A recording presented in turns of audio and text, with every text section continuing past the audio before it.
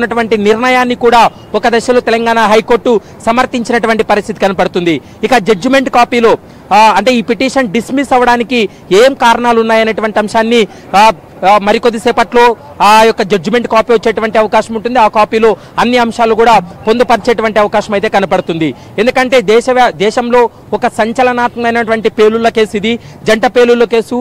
దాదాపు నిమిషాల వ్యవధిలోనే 2 చోట్ల బాంబు పేలుళ్లు జరిగాయి. కాబట్టి ఈ పేలుళ్లకు సంబంధించి అప్పట్లో పాకిస్తాన్ నుండి ఆపరేట్ చేసినటువంటి ఇండియన్ ముజాహిద్దీన్ ఉగ్రవాద సంస్థే ఇదంతా కూడా ప్లాన్ చేసింది. ఇదంతా కూడా ఒక ప్రీ ప్లాన్డ్ గా చేసినటువంటి ఒక ఈ యొక్క పేలుడు కేసు అనేది ప్రస్తుతం ఎన్ఐఏ గుర్తించింది. కాబట్టి ఇక బత్కల్ పరారులో ఉన్నాడు. అతని కోసం కూడా గాలింపు చర్యలు కొనసాగుతున్నాయి. అతను పాకిస్తాన్ లో తలదాచుకొని ఉన్నాడు అనేటువంటి అంశాన్ని ఎన్ఐఏ సస్పెక్ట్ చేస్తుంది. అతనే కీలక సూత్రధారి. హైదరాబాద్ తో పాటు కొన్ని రాష్ట్రాల్లో బాంబు పేలులకు ప్రధాన సూత్రధారిగా ఉన్నాడు.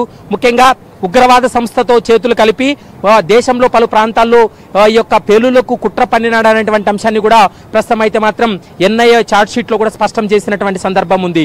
అప్పటి ప్రధానమంత్రిగా ఉన్నటువంటి మన్మోహన్ సింగ్ కూడా దిల్సుఖ్ నగర్ బాంబు పేలుల కేసును చాలా తీవ్రంగా తీసుకోవడం జరిగింది. ఎన్ఐఏ దర్యాప్తు చేసి నిందితులను అరెస్ట్ చేయాలంటూ కూడా అప్పటి కేంద్ర ప్రభుత్వం కూడా ఆదేశాలు ఇచ్చినటువంటి పరిస్థితి కనపడుతుంది. కాబట్టి ఎన్ఐఏ పూర్తి స్థాయిలో దర్యాప్తు చేసి టెక్నికల్ ఎవిడెన్స్ ఎస్టాబ్లిష్ చేసి సాక్షులను ప్రాసిక్యూషన్ ముందు తీసుకొచ్చి స్టేట్మెంట్ ఇప్పించడం వల్లనే ఈ కేసులో 5 మంది నిందితులకి కూడా ట్రయల్ కోర్టు ఉరిశిక్ష ఖరారు చేసినటువంటి పరిస్థితి అయితే కనపడుతుంది. శంకరి,